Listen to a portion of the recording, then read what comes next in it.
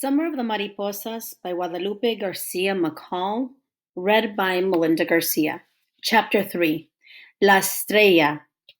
La estrella, la más alta y brillante de todas mis hijas. The star, the tallest and brightest of all my daughters.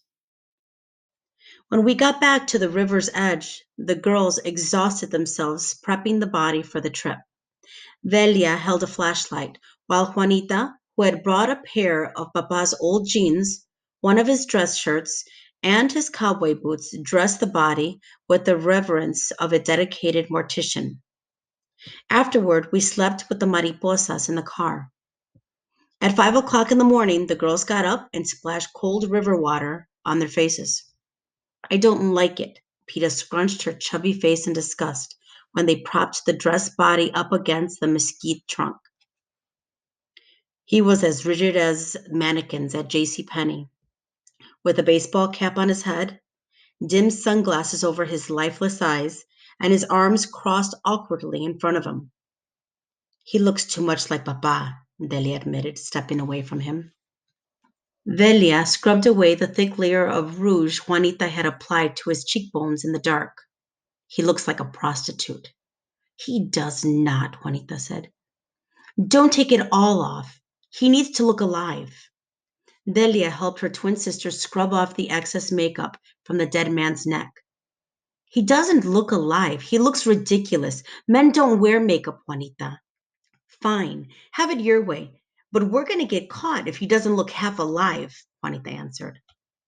I left them there arguing with each other and took a short walk while they figured things out.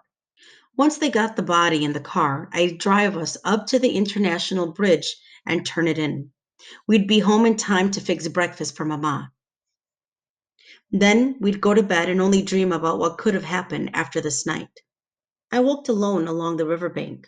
In the dawning light, it shimmered with the hues of day fighting away the shadows of night, while the multitude of trees and shrubbery that grew for miles and miles along the riverbank still shrouded in the land in shadow.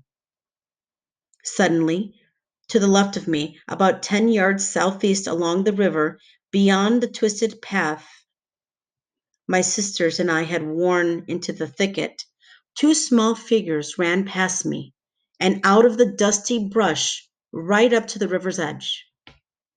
They ran along the bank, skirting it so closely that pebbles flew off their footsteps and bounced down into the water. Their faces were indistinguishable in the dark, and their white outfits were muted by the lack of sunlight. But I could see that they were little boys running away from something or someone. It didn't take very long to see who they were running from. Behind them, a woman in a pale dress came running, screaming at the boys, begging them to stop. Her long black hair whipped behind her as she fought through the brush. It was clear to me she was worried, frantic, even that they might fall into the river. Ay, mis hijos! She screamed as she sidestepped ruts and rocks with her small bare feet. The short trees tore at her immaculate white dress, but she didn't care. She pulled herself free of any tree limbs that clawed at her and kept chasing after her children, never losing sight of them. Hey! I screamed after the children. They didn't turn to look at me or acknowledge me in any way. They were getting dangerously close to a cliff at the edge of the river. I left the security of our path and darted after them. They still ran parallel to the waters of the Rio Grande, much too close to the current that roared furiously below. The waters here were dark and angry, almost violent. Nothing like our friendly swimming hole. I sped up, afraid they might lose their footing. Too late. I screamed for them to get away from the edge. In a second, they were falling, both of them, one behind the other. Into the water they went, making loud splashes as they fought to stay afloat.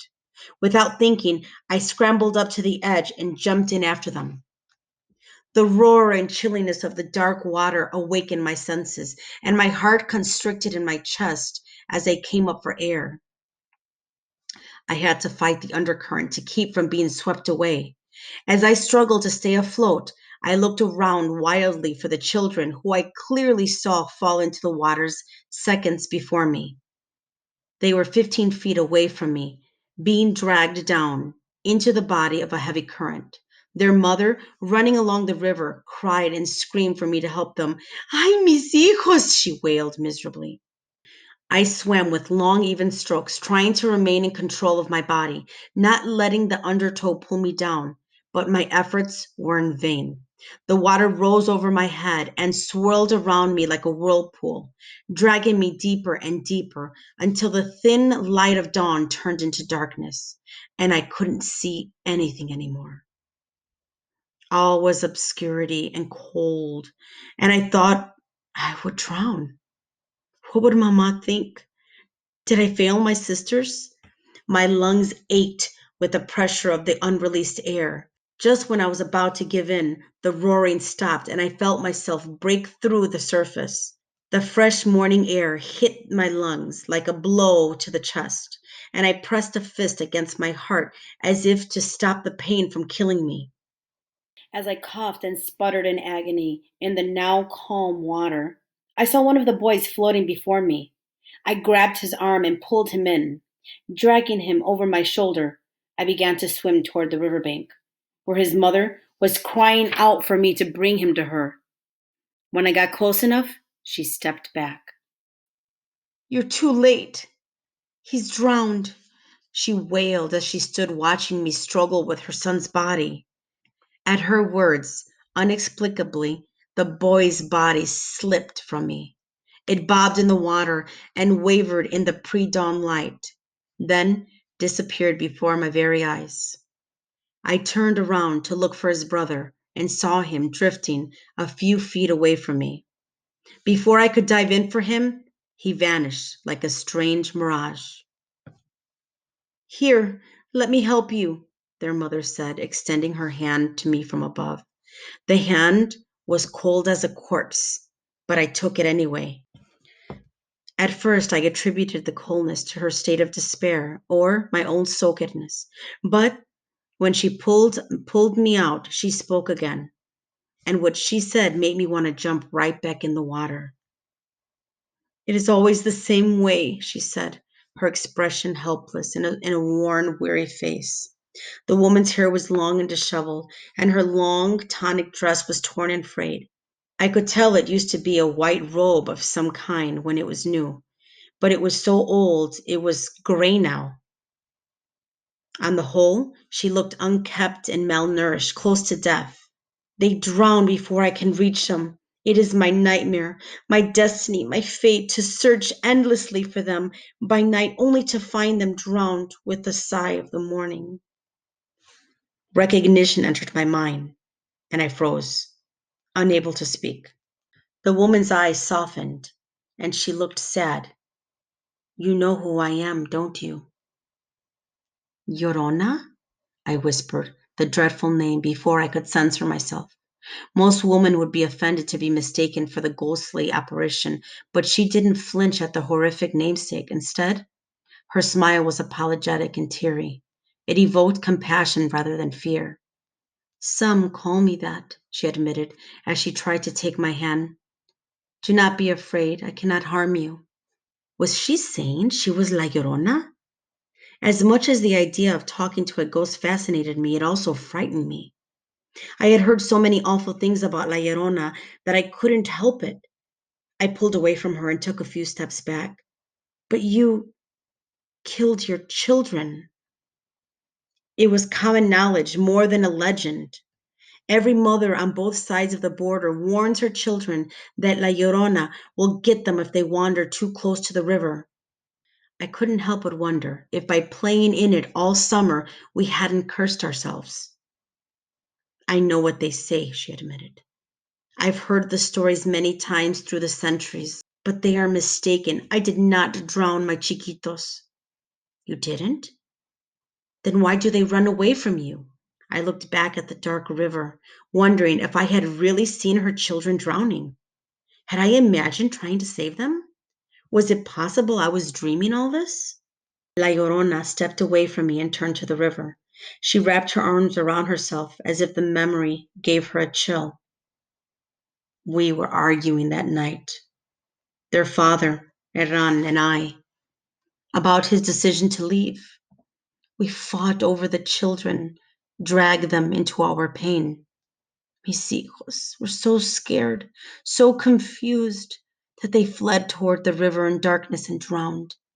It is a nightmare I experience every night, a memory I am forever reliving. I went to stand beside her. Her loss was unimaginable, and suddenly she was very human to me. Why do you look for them if you know they are dead? It is a punishment I impose on myself, La Llorona began. A penance for my part in it. I should have been more careful, made sure that they were always safe. I want them to come back to me, but they won't or can't. I do not know the reason behind it, but they are being kept from me. I would never take the children that play at the river the way people say I do. I do not want other children. They could never replace my chiquitos. Believe me, you and your sisters have nothing to worry about. I am not here to harm you. I considered her words and wondered why someone would willingly punish herself for all eternity.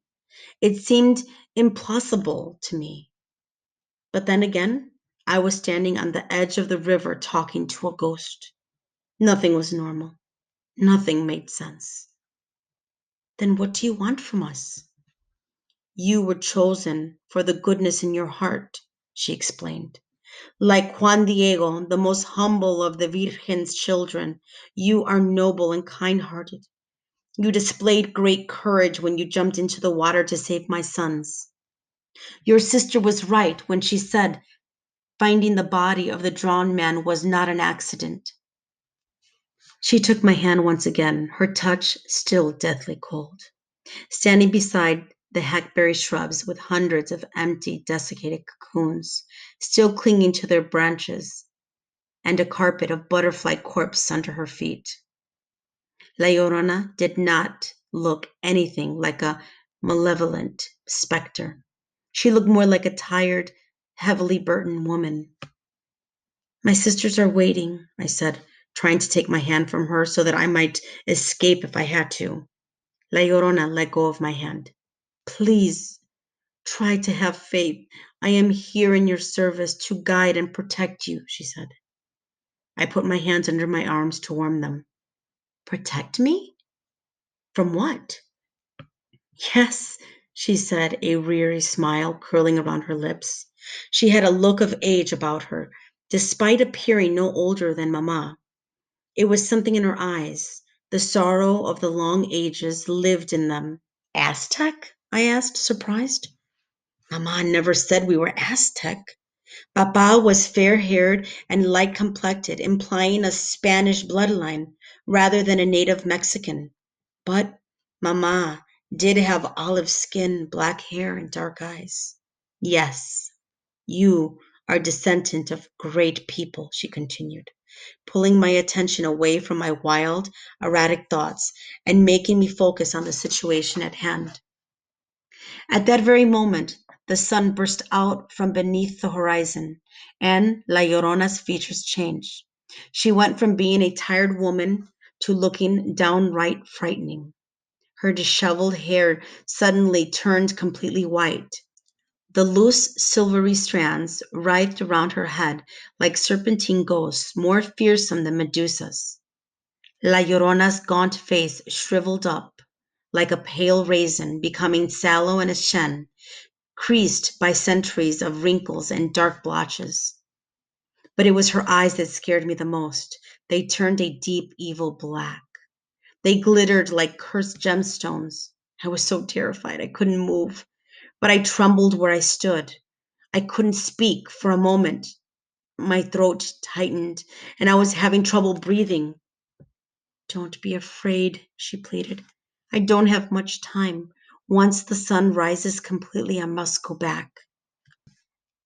The gentleness of her voice calmed me a little, and I was able to reply, though I wanted to run away back to my hermanitas.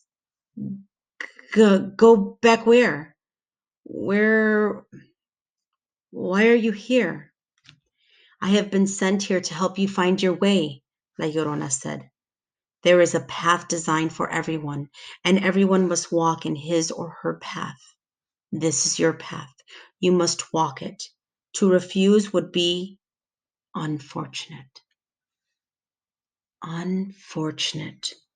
The word felt ominous coming from La Llorona herself, and my body stiffened in response. I fought to speak, to get the words out to the question that was suddenly weighing heavily on my mind. Am I going to be cursed? Like, like you if I don't walk on my path? Change must take place. It is important. To remain as you are would lead to isolation. You would be doomed to a lonely existence, ripped apart from those you love. I threw up my arms and let out a frustrated sigh. You're speaking in riddles. I didn't understand what La Llorona wanted me to do. How was I supposed to change, to find my way? What did that even mean? Then let me speak plainly, La Llorona began. You must go to El Sacrificio and take the drowned man back to his family. The sun had finished rising, and its full radiance was dissolving La Llorona's form. She stooped to hide under the shade of a cluster of huisache trees, looking almost translucent. But we don't even know who he is. Sure, we have his wallet, but we're just kids, I began. It's not all about him, La Llorona assured me. It is about you and your loved ones too. Your family is lost in turmoil. You must find each other, become whole again. Though La Llorona's body was translucent, her eyes remained untouched, dark and luminous in the shadows of the trees. Are you saying that this is about the trouble between Mama and Papa? This is about all of you, your sisters, your parents, even your abuela, La Llorona continued. You must travel to the other side, into the land of your ancestors to find each other again. Before I can ask her to clarify her puzzle, after all, my sisters were right here with me. I heard Juanita's voice, then Delia, then Velia calling out for me. I turned toward the clearing. Here, take this, La Llorona said, reaching for me again. This time I did not pull away as she placed something bulky and cold into the palm of my hand and closed it tightly for me, her bony fingers pressing against my own. Though she appeared to age before my eyes, her skin felt youthful and firm as it made contact with mine. You will need it, for your journey will be filled with many hardships. Your courage and conviction will be tested throughout your travels. You must accept it and use it. I opened my hand to look at it, wondering. Before I could ask, she said, an ear pendant. I held it up to the light, where the gold glittered in the morning sun as I twirled it between my fingertips. At the base of the ear pendant, a serpent's fangs held a small loop. Within the loop, 5 wide rings were suspended, each one larger than the last, nesting snugly inside each other, like the rings of Saturn. It is a likeness of Chiacuatl, La Serpiente, La Llorona explained, watching it glint in the morning sun. Along the bank we were almost fully exposed to the sun, though the thick woods continued to stretch for miles around us. A most powerful amulet. It was given to me by my mother on my 15th birthday at the altar of Tenochtitlan when I became a woman. It has magical properties, gifts from the gods. But you can only use it 5 times, once for every ring on its axis. I examined the beautiful pendant. It had to be centuries old if she was telling me the truth. Take it, she said when I was trying to hand it back. How could I take something so valuable? Even half a pair must be worth a fortune. It belongs to you now. Wear it on your left ear. When you need help, take hold of it, spin it, and invoke the goddess, the Aztec queen, Tonantzin, the holy mother of all mankind, and ask for her magical assistance. Whatever you ask, she will provide. I I can't do this, I told La Llorona. How could I take responsibility for something so powerful? It frightened me more than La Llorona herself to do such a thing.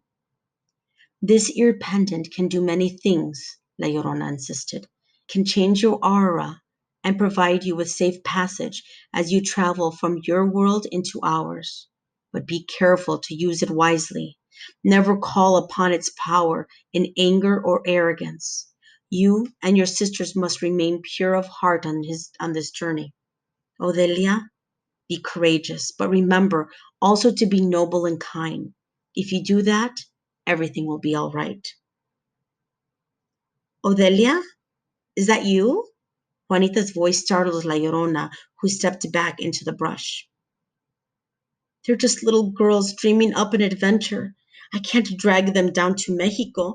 I can't sacrifice them to follow my path, I whispered fiercely, still holding the ear pendant in front of me. But La Llorona wasn't taking it back. I heard twigs breaking and footsteps getting closer from the direction of the swimming hole. The girls couldn't see us from the path. We were hidden behind a heavy cluster of hutachi trees. But if they veered off the path, they'd find me talking to a phantom. This is not for you to do alone, La Llorona said. You must come together, you and your hermanitas.